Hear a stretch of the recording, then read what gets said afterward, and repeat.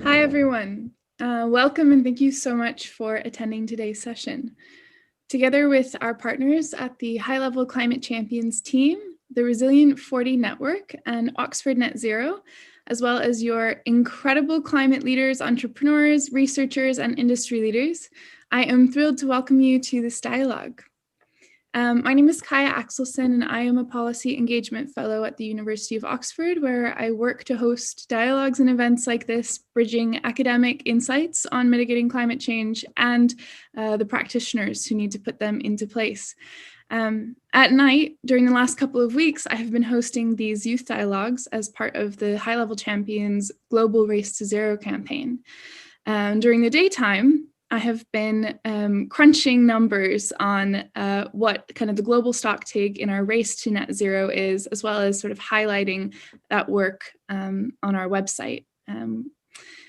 What I find most devastating about this work is the disconnect between kind of the two different narratives that I'm seeing. Hearing at night the stories of youth who are leading the charge on mitigating climate change through resilient business models, while during the daytime seeing how far we have to go, how many companies have yet to set a net zero target that aligns with Paris. So I have to say that while today it was a long time coming, the dialogue that we have here today, it is also highlighting some of the corporate leaders who are doing the most on climate change or who are pledging to do the most, working on blueprints as we speak to mitigate their carbon targets, to mitigate their carbon impact, to set net zero targets, to join the race to zero, or to disrupt the market in another way. And so I thank you so much for joining us. Our industry leaders have been very brave in coming tonight to answer the hard questions that the youth will put to them. Because we're all here for dialogue, for solution seeking, and for creativity in this crisis that we simply don't have time to shut down conversation on.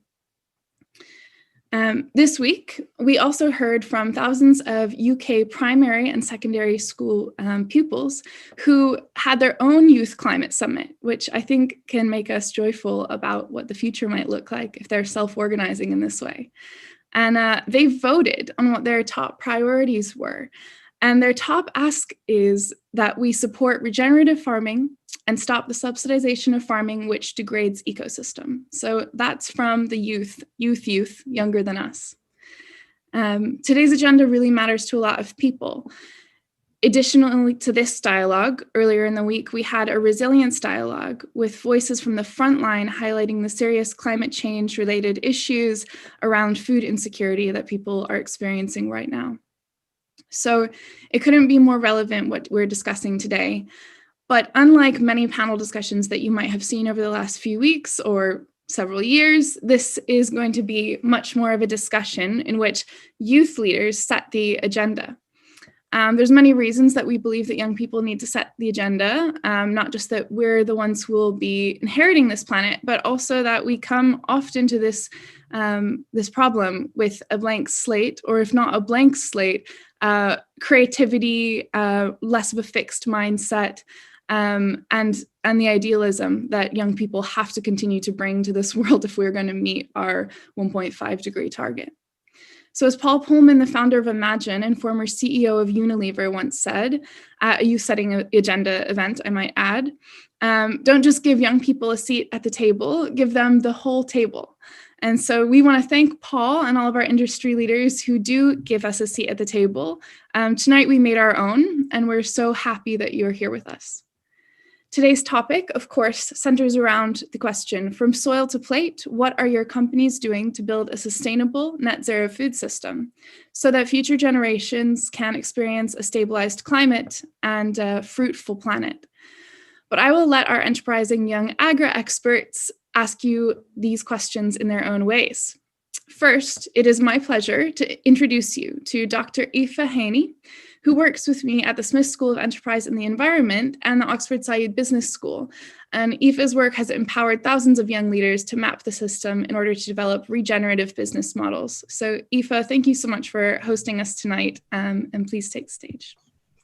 Thank you so much, Kaya, and thank you for your leadership and your commitment and your work night and day to move this agenda forward. It's an absolute honour to be here to add my welcome to this really special event, this session in the Race to Zero November Dialogues, and it's an honour to represent both the business school side, business school, and the Smith School of Enterprise and the Environment, who are involved in jointly hosting this very special session.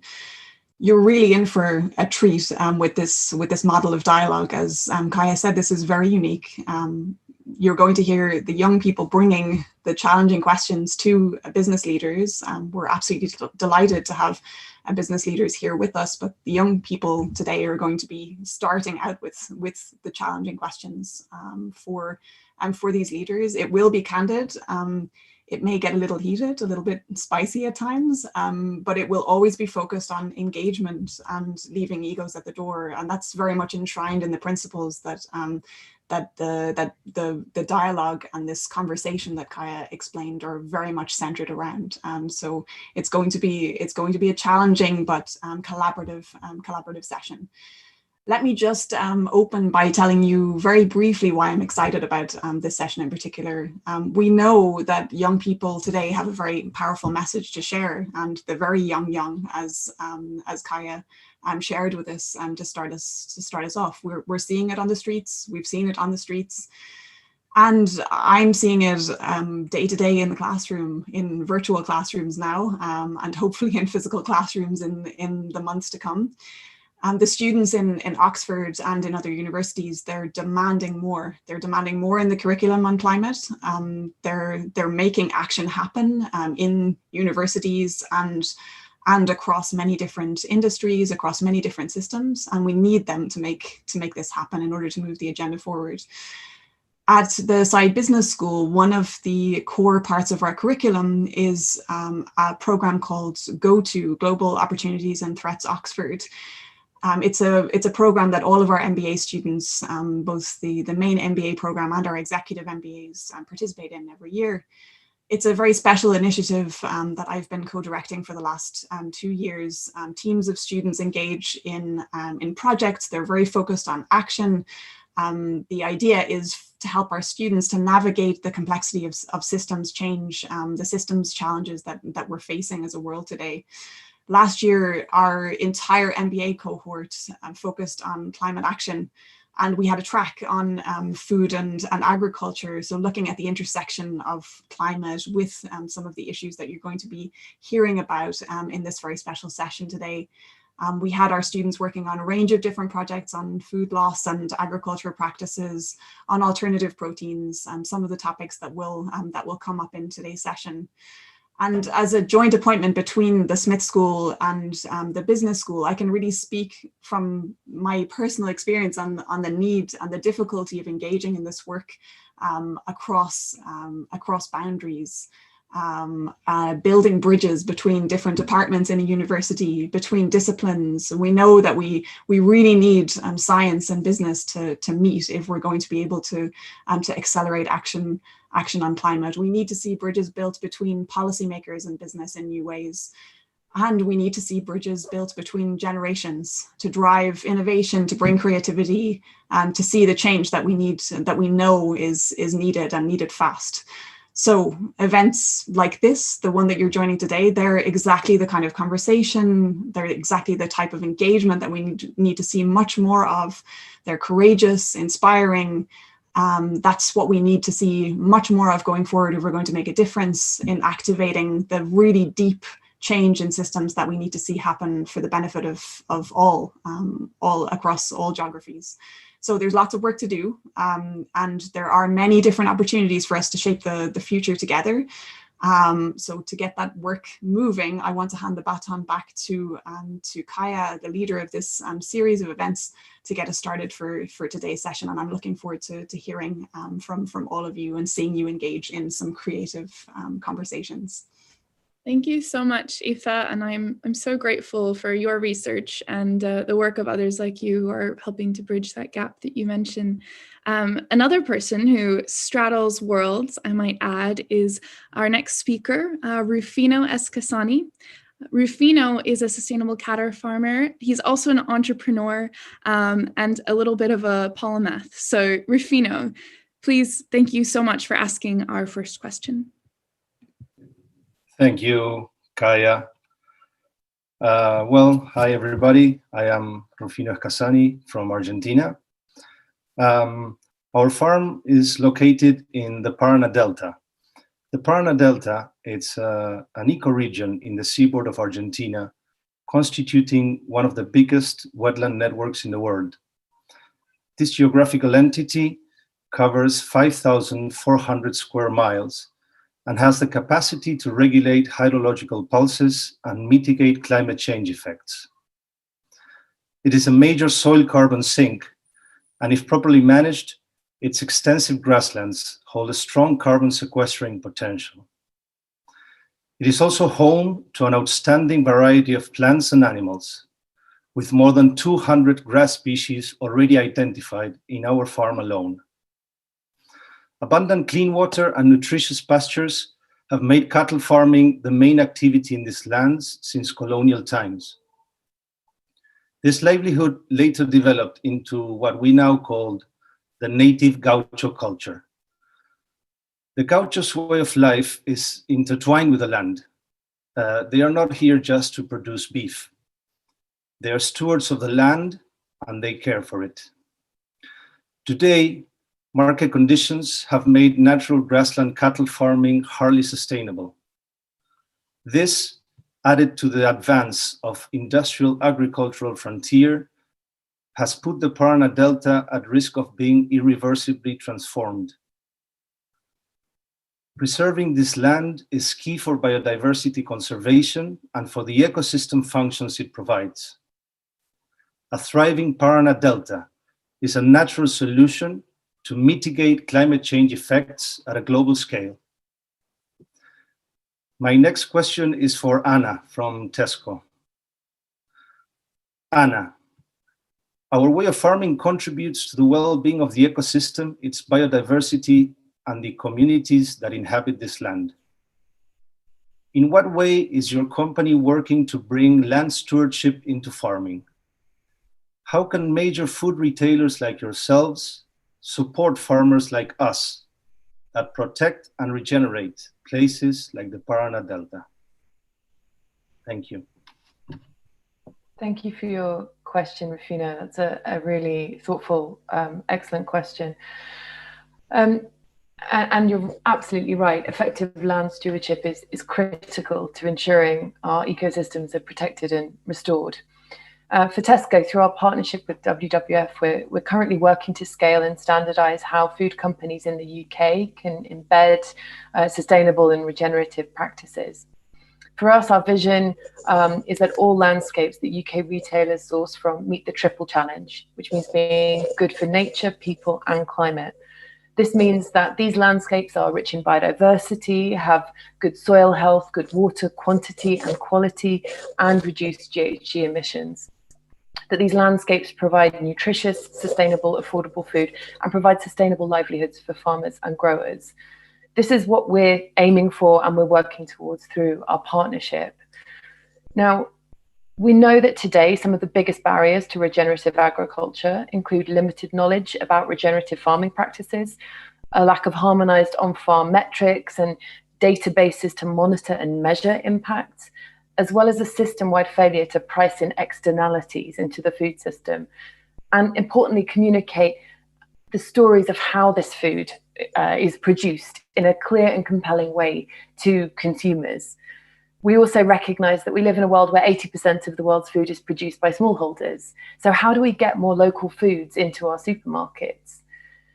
As Tesco, we're working with our suppliers and our farmers, primarily through our sustainable farming groups, to tackle some of these challenges. And we're going to be reporting on our progress as we go. But beyond our direct supply chains, we're also working on influencing wider industry change, particularly when it comes to tackling issues such as deforestation linked to forest risk commodities such as soy, palm oil, and timber. All, really a very pressing topic within South America, within Argentina, as you know better than I do, Rufino. As a company, we believe that forest protection is an absolute driver of economic growth, not a sacrifice to that growth. And that forest protection also provides healthy ecosystems and supports productive landscapes and resilient communities. So in Brazil, where we source some of our soy from, we continue to push for a biome-wide solution to protecting the Cerrado. And that's actually where most of our Brazilian soy comes from. And we do that through chairing the SOS, which supports the Cerrado Manifesto. And we continue to kind of try and bring about industry coalition and action to put money on the table in order to create the mechanisms and the financial mechanisms that we need to support farmers to drive that system change within those ecosystems, within the Cerrado. For us, this work forms part of our commitment to source all of our UK soy from verified deforestation-free regions by 2025. Now, we absolutely recognise there's a load of work ahead of us, but we are absolutely determined to get there. But collaboration and collective action is absolutely fundamental for us to be able to achieve it together. So I hope that goes some way to answer your question, but very happy to take any follow-ups in due course. Thank you, Anna. I think probably we have to move on to the next question, and maybe we can circle back to you, Anna. Thank you so much for that. Rufina, did you have any other questions for our panelists? Yes. As we all know, our global food system is out of balance. Modern farming has allowed technology to override ecology and biology, stressing not only animals, but soils, plants, and entire habitats, ultimately contributing to the instability of our planetary system.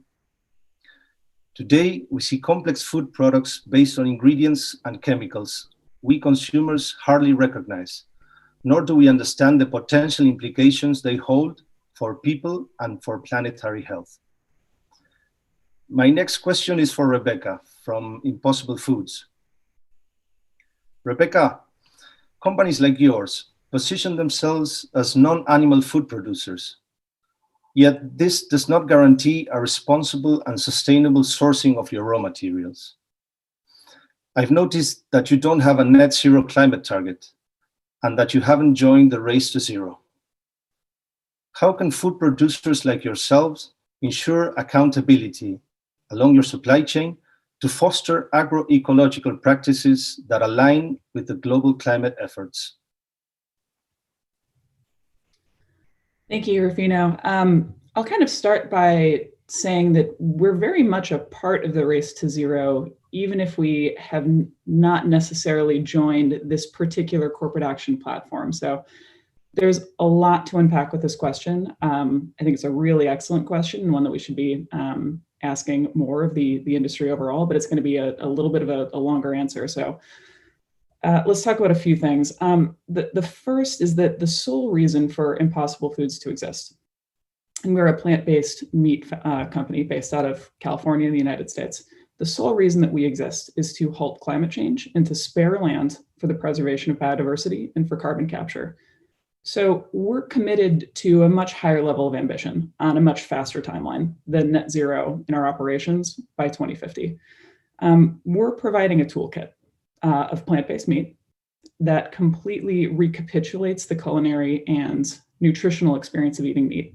So I can assure you that if the fight against climate change and the efforts to halt the catastrophic collapse of wild animal populations was going perfectly swimmingly, that we would not exist. I don't think we could have pulled our CEO and founder away from Stanford if there wasn't a problem to be solved. So what we're trying to do is understand how we can increase ambition, how we can provide a toolkit for those who do also want to participate in the race to zero, but the way that we're approaching it is a little bit orthogonal. So I'll speak to also the appropriate level of ambition to address climate change in a moment. But also to say, secondly, the business context for joining things like net zero commitments, kind of for scope 1 through scope 3, is something that we're working on, but is not necessarily the biggest driver for how we're going to address climate. So The purpose of Impossible Foods is to provide consumers globally with this vastly less resource-intensive way to eat meat and dairy products that they love at scale. So Rufino, I'm not worried about operations like yours. I actually come from a cow-calf operation. I grew up on one. I came here from a research ranch where the individuals who were responsible for overseeing the rangeland were, as you said, the most focused on sustainability and stewardship. I am talking about scale and the kind of inherent metabolic inefficiency associated with animal farming that you just can't get around. It's just math. When you are feeding 7 to 10 billion people on the planet, you're going to encounter problems, and that's already what we've seen. So the uniform consensus of climate scientists is that plant-based dietary transitions are absolutely critical to achieving climate stabilization. The sticky part is getting consumers an alternative that they actually are going to want to eat. And so that's where we come in with a product that uses 96% less land and generates about 90% less greenhouse gas emissions compared to a conventional US farming production system. So livestock farming takes up like half of the ice-free surface of the planet. That's an enormous land footprint. And because of the current scale of consumption, it is disastrous for the climate and for conservation of biodiversity. Like I said, animal metabolisms are just inherently inefficient compared to going directly to plants, and cattle in particular, as you all know, require large areas of land. There is a reason that land use intensification is occurring in places like the Amazon, and there's a reason that soy expansion is occurring in places like the Cerrado. This is not to produce tofu to feed to people. It is, by and large, going to the livestock feed industry. So how do we start addressing this?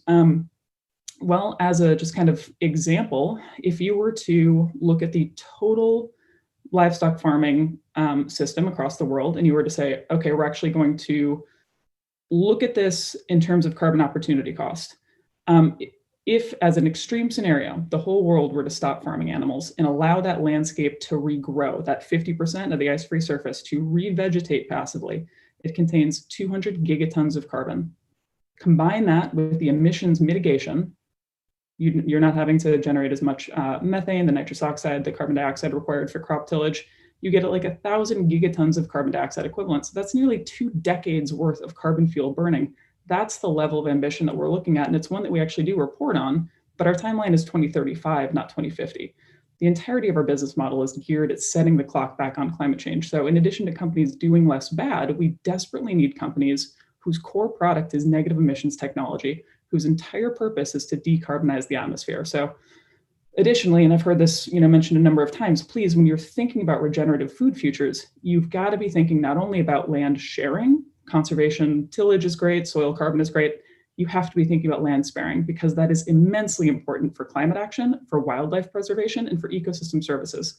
So none of this is to suggest that we do not prioritize operational sustainability. We do. We have a net zero waste program. We audit the carbon intensity and water use intensity of our supply chain. We have agricultural programming that will be coming out, geared at smallholder resilience. We produce at our flagship site with an 85% GHG-free grid, and we work really closely with supply chain and sustainability progress with our partners. So we could set decarbonization goals within manufacturing, and we will eventually, when we can do so credibly under hypergrowth scenarios, under science-based targets. But that is, to be fair, literal rounding error compared to the significance of displacing global demand for beef. So what I'd encourage you to kind of think about is that this is not an either or issue. This is a yes and issue, where we need both of these things. So something we need to be careful of within the sustainability community is understanding that corporate net zero is laudable, it's great, but is it sufficient? No, I don't think it is. I think if we're going to keep this planet livable with 8 to 9 billion people, we need more multinationals that have decarbonization as the core business model.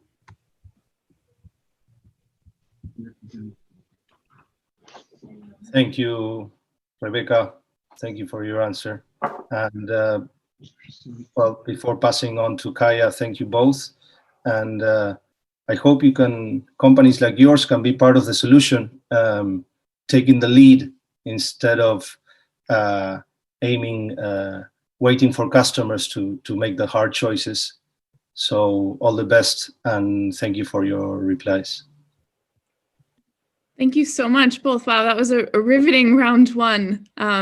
And I think it just shows that we are on the right track when we have people like you both working on two parts of the solution. Our next speaker is Leah Bessa.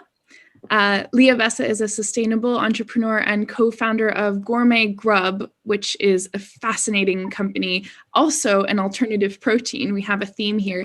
Leah is based in South Africa. Thank you so much for joining us, Leah. What's your next question? Hi, thank you so much, Kaya. As you said, I am an agripreneur from Cape Town, South Africa.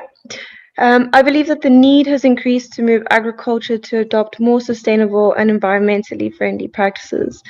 Smaller startups like myself hold the promise of solving many of the pressing challenges. Through innovative technologies, we can truly revolutionize agriculture as we know it. Regenerative agriculture, monitoring and precision, sustainable farming, meat and dairy replacements are all inevitable parts of our future of food. The only question at this stage is when they will arrive and become mainstream. We know that we have to dramatically change our food system by 2030 at the very latest, and the only way to do that is to implement radical solutions on a large scale. My role with our company Gourmet Grub is to develop a viable dairy alternative using sustainably farmed insects. In order to scale up our production, we require large consumers who are willing to be part of the scaling up journey with us, who also have the security of purchasing our product and distributing it far and wide. This is where big companies like yours come in. Big corporations dominate the agricultural industry, and traditionally they operate on cost and scale factors. This makes it near impossible for smaller companies like ourselves to compete. We are agile and innovative, but currently work on much smaller volumes and require a trusting partnership with a corporation to scale and grow alongside you.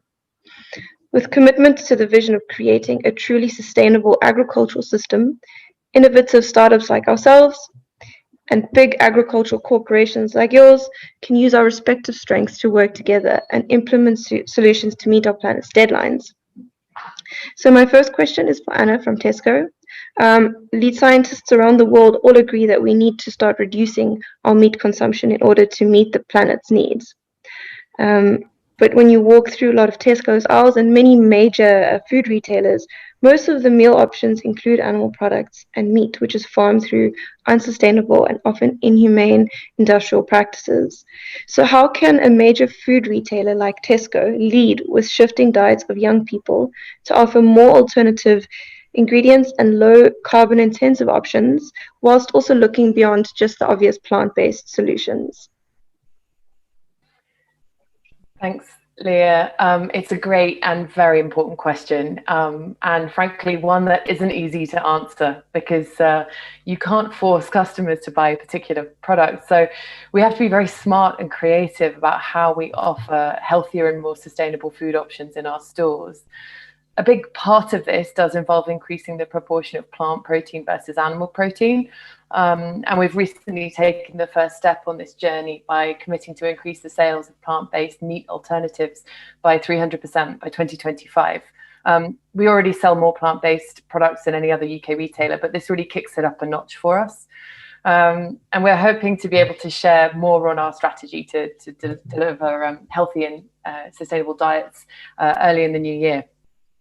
We're also exploring how we can profile and promote healthier and more sustainable foods, such as placing plant-based meat alternatives in the same aisle as traditional meat products, which we're already doing. But in order to do that, you really have to get under the hood and understand how customers and consumers think and behave in order to influence and inform your strategies. As you've rightly highlighted, all the science tells us that we need to eat more plant protein and less animal protein. And when we do eat animal protein, that it's responsibly and sustainably sourced. We're currently exploring how we can integrate environmental and welfare practices and metrics to enable us to deliver better meat products to customers who want animal protein.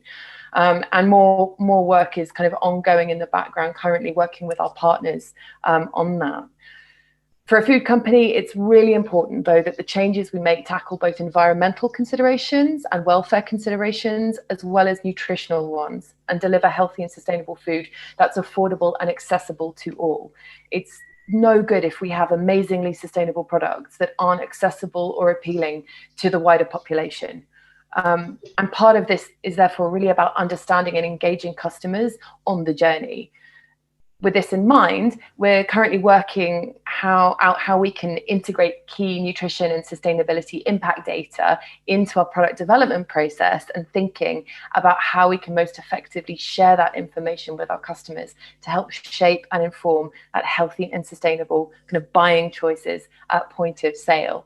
So lots of work going on, but what I would say is it's still relatively early days. What really encourages me, though, is that we're seeing a massive wave of interest and engagement, not only from big companies, multinationals, whether that's retailers or it's food manufacturers, some of whom are on the call today, but also really importantly by startups and by disruptor companies like yours that are actually really showing us what can be done. And that's actually also why Tesco has developed an innovation fund, so that it can provide seed funding to really innovative ideas and solutions that can disrupt the current status quo of the food system, but get us to where we need to in terms of delivering on those healthy, sustainable, affordable and accessible diets. So thanks so much for your question. Thanks, I appreciate your answer, and I'm really happy to hear that you're supporting all the weird and wonderful startups like ourselves, and I look forward to seeing insects on your shelves. My next question is for Laurent from Nestle and Beer from Coca-Cola. What are you doing to help scale the solutions of small regenerative agripreneurs, particularly here in the Global South? Sort of looking at what is your cost of investment?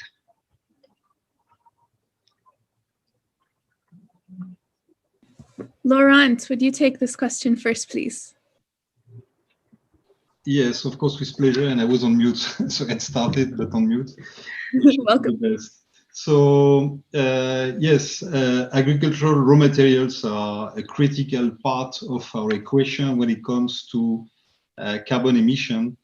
And you know that we have taken these commitments. We are part of the race to zero, and we will unveil our plan in the coming weeks and providing full details on the level of investments.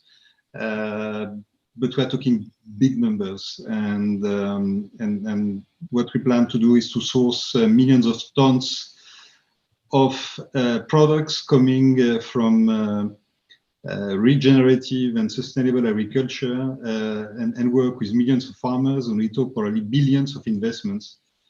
And this race, if this is a race, and this is a race, is a marathon, so this is really for the long term. So we are laying out our plans, and I just would like to add another element to it. We got also a global youth initiative, and in this global youth initiative, we got one pillar and one big focus area, which is agripreneurship. One of the big issues which we got in the agricultural sector is that farmers are aging. Average age or median age is around 60, and there is a real need for a new generation to take over.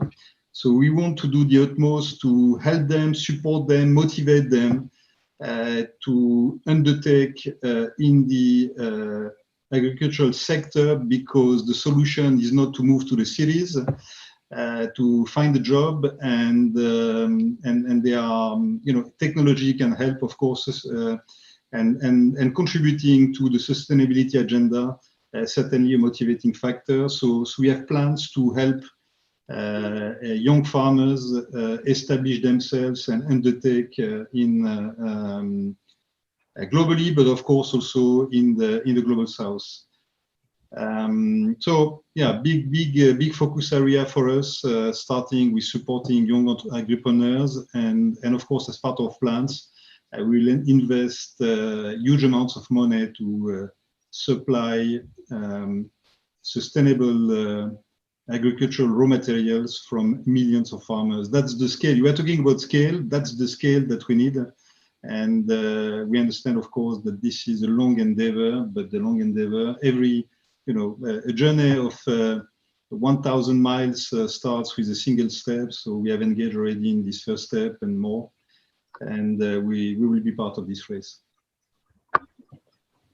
Thank you so much, Laurent. And Bia, would you please go next?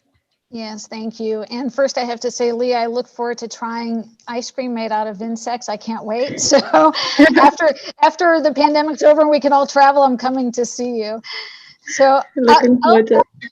Thank you. I'll take this in two parts. So I think it's equally important to drive scale, to continue to work with established farmers at the same time that we work with entrepreneurs who are starting to create innovative ideas, Leah, much like yourself, and how do you scale those?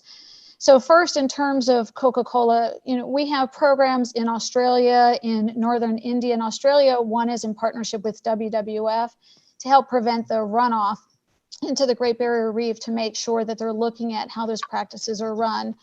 Or in Northern India, where you have 48,000 smallholder farmers who are building different practices. How do you think about soil management? All the things that you would know from your practices are critically important. And we also know that the overlay of some of the issues that come into play, there's a lot of women farmers. And in 2010, Coca-Cola created a program called 5x20. It was, how do we empower 5 million women by 2020? And a big portion of those are actually in agriculture. So if you think of the percent of women that are the entrepreneurs like yourself, Leah, in these farming practices, how can we better support them? So today in 2020, we're going to meet the 5x20 goal because this is the year that we set to meet it. But we're already publicly reporting 4.6 million women in over 96 countries. Just to give you an example of one of these programs to help drive scale, is we found a common thread around the world, which is a lot of the women who were running these businesses didn't have a lot of the tools and the training to put some of these practices in place or to drive the efficiencies. So we worked with different not-for-profits, with municipal governments, to create what we called Business in a Box. And this program was able to give practical tools to help create some training, some development, as well as funding and resources. As Laurent mentioned in his discussion, this takes a lot of money as well to drive this change. And so how do we provide the funding? And so in some of these places, we also partner with the International Finance Corporation or the World Bank or other funding resources, not just Coca-Cola resources. We try to bring the partnerships into the dialogue, really to drive the scale, to bring increased funding access, and to make sure that we're measuring and tracking what's working. And then we could share that around the world with the other entrepreneurs that are coming onto the same types of ventures, not unlike yourself. So, I think at the end of the day, you're absolutely right. It creates, we really have to have financial investment, but we also have to have the skills investment. We have to make sure that we're transferring those skills, and that as an entrepreneur, I'm sure, Leah, you've had great successes, and at the same time, you've had many trials where you've learned a lot. It would be great to share those around the world with other women who are venturing on the same journey, so they don't make the same mistakes. And that helps to be able to make their businesses also more efficient and to share that back as well. So that I'll be brief to let the other panelists, go to other questions, but thank you for that question, for letting me weigh in. Awesome. Thank you so much for your responses. Yeah, thank you very much. With that, we'll go to our next question from yet another female agro-entrepreneur from Africa. Bethlehem Dejeni is part of the Resilient 40 Network and co-founder of Zofri Paper in Ethiopia. And I had to apologize to Bethlehem because she put a figure related to the scale of the work that they're doing already. And I thought, no, there has to be like one less zero in that. And she corrected me, as she should. So Bethlehem, thank you so much for joining us. Thank you so much, Kaya, for having me, and thank you for the introduction. Good morning and good evening, everyone from Ethiopia. My name is Bethlehem Dejeni, and I am an agro-environmental entrepreneur and also a member of the Resilient 40 Network. And the Resilient 40 Network is an African youth climate network made up of almost 70 young leaders from 29 African countries. And we are a unique, diverse diverse cross-sectorial group of passionate individuals committed to working with communities on climate and making their voices heard across Africa and also globally. So we created a platform to build a momentum to face the threat of climate change and to improve climate resilience across Africa. And for example, our company, Zafri Papers, in which I am a founder and CEO, makes 100% tree-free virgin paper pulp from agriculture waste that is traditionally burned on site by small farmers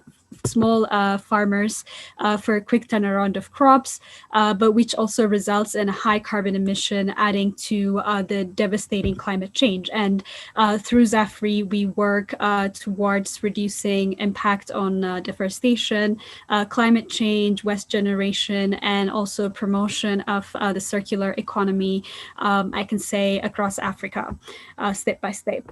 So Zafri has engaged more than 8,000 small farmer suppliers who provide the agriculture waste as the main input for the factory in return for payment, which is an additional income for the small farmers as well. So in addition, Zafri's virgin paper pulp provides a much needed quality fiber for paper and paper product manufacturers, and also it have a value added byproduct, which is an organic fertilizer in which we give back to small farmers for free. So we make sure that nothing goes to waste in Zafri as we work in a closed loop system. Our production process is eco-friendly as we use 90% less water, 70% less energy, and our product is 100% recyclable and non-toxic. So we try to, you know, make sure that as a manufacturing factory, we try to make sure that we are following at least a very eco-friendly production process as well, not just saving the trees, but an eco-friendly production process as well. So today I want to ask my first question. I wanted to go to Nestle and also Rebecca from Impossible Foods. So my question is for Laurent and Rebecca is, what are you doing to engage the farmers in your supply chain and provide them with real incentives for adapting sustainable practices? So any of you can start. So should I start? Sorry, You can go ahead, Laurent. Thank you. Thank you very much, and congrats for your work on paper. We are also engaged in this paperization, trying to reduce the use of virgin plastic. We already got rid of the billions of straws that we use, but it's very interesting to see the solutions you have developed, eco-friendly in the spirit of circular ecosystem. That's really interesting. So yes, we got scale. We have factories in 80 countries plus. We buy more than 10% of the coffee crop worldwide, and same for the cocoa. So we are a major buyer of most of the agricultural commodities. And one of your colleague was highlighting cost and scale, but I would like to highlight as well quality, safety, traceability, sustainability as elements that, also ethical practices and respect of human rights as elements that are part of our sourcing cahier des charges. Increasingly, we try to work directly with agricultors. It's a big challenge for a supply chain of our scale and of our magnitude, but to date we supply directly from more than 400,000 farmers worldwide, and we provide them with training. And this is happening across 20 countries, including many in the global south, and I will give a couple of examples. And we are also supporting, as part of the program, 20,000 young agripreneurs, those that are settling in and that are developing their farm. And why is it important? Not only because I'm talking to you, but it's important also because I refer to the fact that smallholders today are aging. They are more representatives of the boomer generation and not so much of your generation. And it's of course a lot easier when it comes to applying new technologies, being innovative and being concerned and interested in sustainability. To work with the new generation, it's much quicker and you know, gives a greater chance to get an impact. So it's not that we neglect the others, but we want to put a big focus on supporting young agripreneurs across 20 countries. Just would like to highlight 2 examples in Africa and maybe a couple also in Colombia and Honduras. In Ghana and Nigeria, we are working directly with 1,000 farmers as we speak, and the program has been developing the last couple of years. And we have been doing this program with the Sustainable Trade Initiative, IDH, and with the Alliance for a Green Revolution in Africa. We believe in the power of collective action, and we believe in building bridges, not walls, and that it's important to work with partners like-minded to make an impact at greater scale. And in those 1,000 farmers, we managed to, through support, through training, through some investments, we managed to grow their income by 25 to 125%, securing them, of course, an outcome for their what they were farming. So it is part of the sustainability. Sustainability has got the environmental element to it, and it's really critical. We just got one planet, but we need to think of the economical side and the social side. So that's why we are so much focused on that. And if anything, we know that we will need to increase our supply directly from farmers and increase it over time. And I was talking about the millions of tons of agricultural raw material that we'll need to supply in a sustainable way. We believe also in the importance of regeneration. So this is part of our focus area, and we talk about billions that we will be investing in this respect. Bear with me a couple of weeks. Early December, we will provide full visibility on our roadmap, so you will get full details. But there are many things happening as we speak. And the other 2 examples are in Colombia and Honduras. We have developed schools for young coffee growers to train them, to give them the techniques and support them in being future coffee growers and preparing them to take over from the previous generation. And that's part of sustainability, to motivate and support young agripreneurs settle in the rural areas to be able to contribute to food security and to sustainable farming. Laurent, thank you. That is so exciting. We look forward to reading your roadmap in full. I have been promised that it is very thorough. So to Bethlehem's next question, or same question. Same question for Rebecca. Yeah, absolutely. And also just anecdotally, I was kind of reflecting on less socially distant times at New York Climate Week from like 2019, and just this reminds me of getting exposed to all these incredibly cool young entrepreneurs and the amazing business models. So this is a lot of fun to hear about those.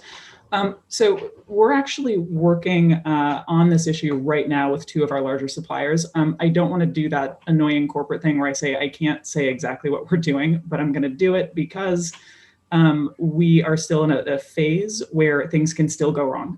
So I want to make sure that I'm kind of being appropriate with the level of commitment that I'm making here. But in a nutshell, we're not out here like growing the major ingredients of the Impossible Burger or Impossible Sausage like in a field behind our headquarters. We do source from these huge commodity markets, both domestically and internationally. So some of the ingredients that we work with are soy protein, coconut oil, sunflower oil, potato protein, and there's this huge diversity of things that could be used, right? So it's incredibly important, though, well, we have this broader mission to continue to focus on agricultural sustainability within our own value chain. And so we've identified a couple of ways that we think that we can do that over the next several years. Keep in mind, we've only been on the market for about 4 years. And so we've kind of gotten to a point of business maturity where we can start doing this now. My personal background is agricultural sustainability. And so there are things like nutrient management, water conservation, yield improvement, and resilience To Laurent's point, smallholder attrition to different sectors. So figuring this out is just really important in addition to the broader plant-based meat mission overall. So yeah, I think one of the kind of wish list areas for us is to do something with conservation of biodiversity within working landscapes. But again, I'm going to have to kind of report back on a lot of this stuff. But there are two planning sessions or two kind of programmatic areas where we're going to try and figure out a 2021 launch of an agricultural sustainability program. So stay tuned. But based on what I've done in the past and based on kind of what I know about conservation on working landscapes and just what you need to do to kind of change practices within agricultural systems is whether you're looking at something like migratory bird habitat or conservation tillage or straight up easements. There's a lot of tactics out there, but it really helps if you pay farmers. It really helps if you pay them what it takes to manage that land. It helps if they are paid for the inputs associated with it, managerial overhead, and you need technical extension in place. So luckily we have some excellent partners in our supply chain to strategize with. So overall, the mission is to reduce reliance on monocultures, so corn and soy, by reducing demand for livestock feed production. All that corn and soy isn't grown to feed humans tofu. I think I mentioned this earlier, but it's, the success of the plant-based meat industry is hopefully, if we do this right and if we're thoughtful about how our sector scales, it could open up a lot of headroom for agricultural innovation in ways that are not necessarily focused exclusively on a lot of the sustainable intensification practices that we've seen in the past. Things like, a relentless focus on yield. If we reduce land use pressure overall, maybe that opens up a little bit more room for non-intensive forms of cropping, for crop diversification. And that's something that is a longer roadmap that I'm very excited to participate in. Thank you so much, Rebecca. So I have a little treat for you all because we just really need to hear from our high-level champion, Gonzalo Munoz, who may be a friend to some of you, before we move to our last youth speaker who will bring it home with the last word. Gonzalo, would you please say some words? Well, thanks so much, Kaya, and thanks to everybody. I really welcome this idea of putting together corporate and youth leaders, also to welcome the spirit of generosity, humility, and openness of the dialogue like this one. Many thanks, of course, to Oxford, SPS, and Oxford Net Zero, especially to you, Kaya, for hosting not only this one, but the series of youth setting agenda. First, let me refer to my first 3 lessons that I had since we started the dialogues with Nigel and the amazing Climate Champions team 8 days ago. The first lesson was when Nigel explained the difference between a dialogue and a debate. Debate is about combat, right? And dialogue is about searching for common understanding, fully validating the other with all the difference taken into consideration. And I think that we're seeing part of that here. And I applaud that as a possibility for moving forward. The second lesson was given by Kate Hayworth during the opening. She immediately set somehow the tone of something that we have repeated since then. She said, we are in a race to zero, but zero is nothing but a passing point towards regeneration. And we have repeating that because yes, it's not only about reaching zero. It's what else do we have to do at the same time? What else do we have to do after we reach zero? And the third lesson was given by the youth in the first panel we had that Monday with young people challenging adult leaders in such a respectful way, pushy but respectful. And I think that that's also opening a huge a huge lot of possibilities on how do we move forward with this energy that the young people are bringing to topics like the climate challenges that we're facing. Many of you might know I am a farmer, and I truly believe we are the natural stewards of the climate and hold many of the solutions to the climate crisis. I was taught that way, and I studied that in the university, all of that. But then I've been noticing that we are now facing a cultural challenge. we have been educated in a wrong way in many aspects, and we have to re-educate ourselves. We have challenges on also integrating some cultures that we have been set apart. And yet many farmers at the same times are poor, and as we know, the younger generation of farmers want to migrate to cities to seek a better life there. The most productive land is now many places in the hand of the older generation. We have to revitalize and regenerate farming. We're really expecting that the regenerative revolution will be the next .com revolution.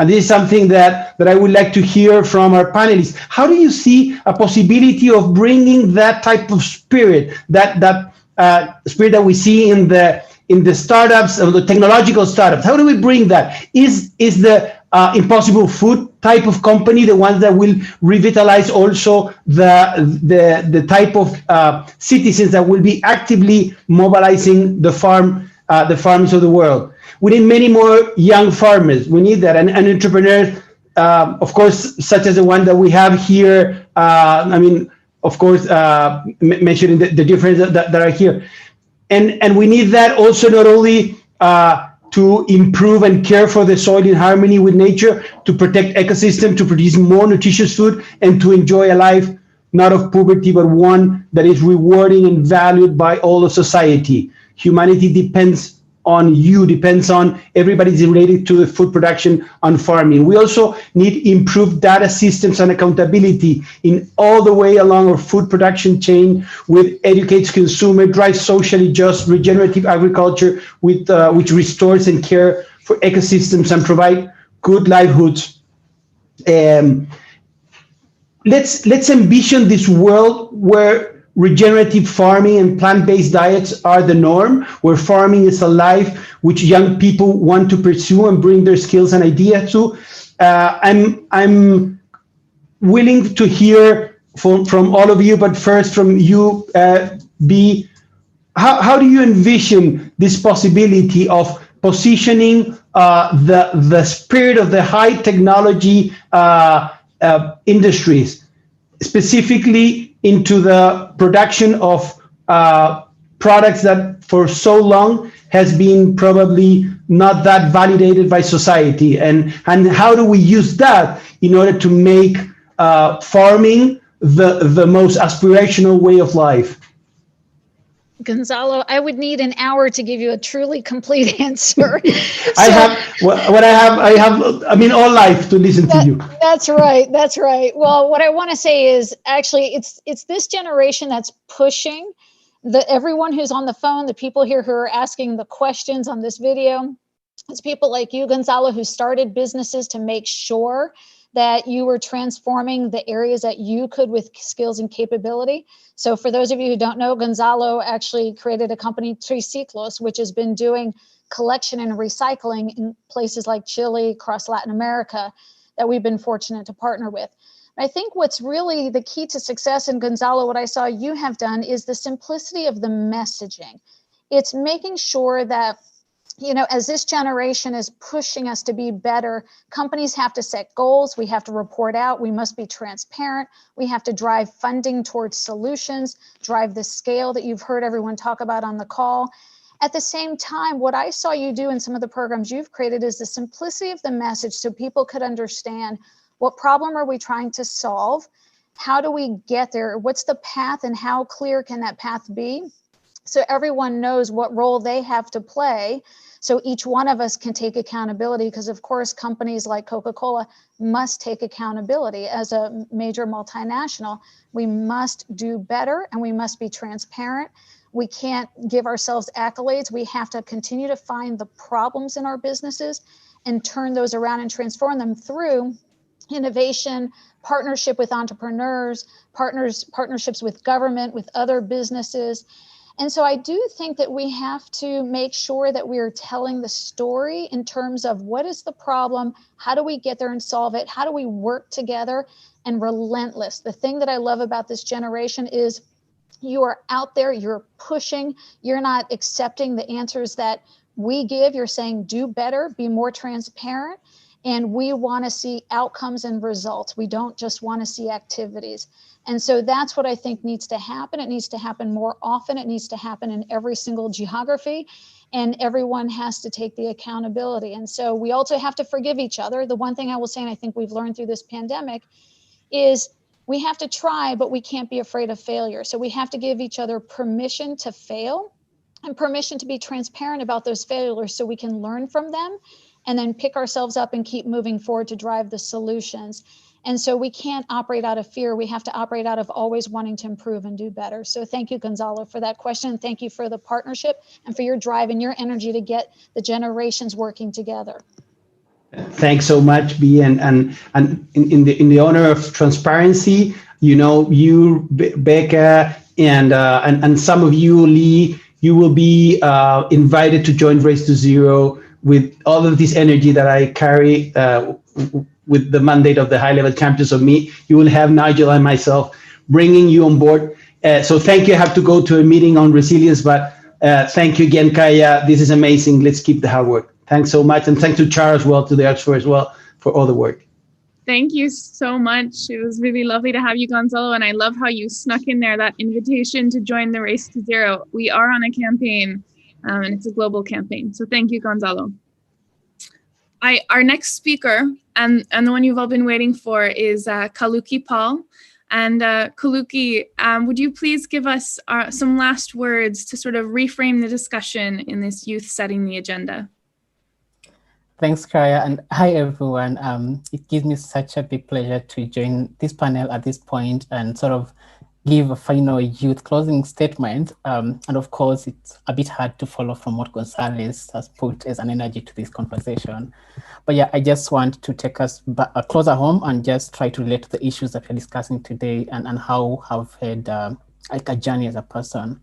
So my name is Kaluki Paul Mutuku, and I am a 27 years old climate activist and environmental defender from Kenya. I'm born of a single mother and filled with rich childhood memories from my village. And to contextualize this, I grew up next to nature, well, at least for the first few years of my life that I could see it. And this was before things turned south. I witnessed as villagers would actually bring down forests for timber, for charcoal, and also to expand the agricultural lands. And this clearly left their scenes really ugly for us and for the immediate natural world. At the same time, I also witnessed how my mother and other women in the village would actually cover long treks, trying to find water for domestic use. At the same time, they spend so much time away from their children, and this sort of reduced the bonding moments together. And I have seen really the negative effects of climate change. I have seen how poor communities can drive the natural safeguards into destruction. And you see, current models ensure that the poor are the most left with little to no options other than destroying the natural world for survival. I have seen how our lands have had to bear the brunt of drought and famine striking on our communities.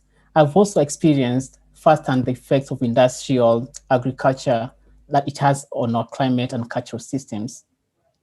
See, my mother would cover several kilometers to fetch water every day, while companies actually bottle and sell this water and source products with industrial agricultural practices, which lead to, increased global warming and more droughts. And these droughts separate mother and child for increasingly more hours every day in search for these scarce waters remaining in their communities. So it is because of all this that I must say that the current commitments do not go far enough. I live in Africa, the continent which has contributed least to global emissions, and yet which is bearing the brunt of global warming. We know that agriculture and food system emissions contribute to about 15% of greenhouse gases. So this first question, and probably to Rebecca first, for those of you that haven't, will you act now and take responsibility to be part of this and join the Race to Zero? We understand that, before I let it over to you, we do understand that developing the climate strategies actually for large companies like yours takes some longer time, but if you can respond to us, you cannot respond to us today, we ask you to please come back to us with an answer soon, perhaps another dialogue, and clearly with more action than speeches and, you know, grounded on justice. So thank you so much. And if Rebecca can respond to that. Kaluki, actually, we've come to the end of our session, and you know what? I think that that's a perfect thought to go away with. I think we've had a call to all of our panelists to not only join the Race to Zero, but continue to do the incredible work that they're doing to build a sustainable agricultural system that ensures food security and soil health. So I'm going to have to leave us all there just so that our AV team can go and be with their children and so that we can all reflect on this. Thank you all so much for joining us. And Kaluki, thank you so much for closing. That meant a lot.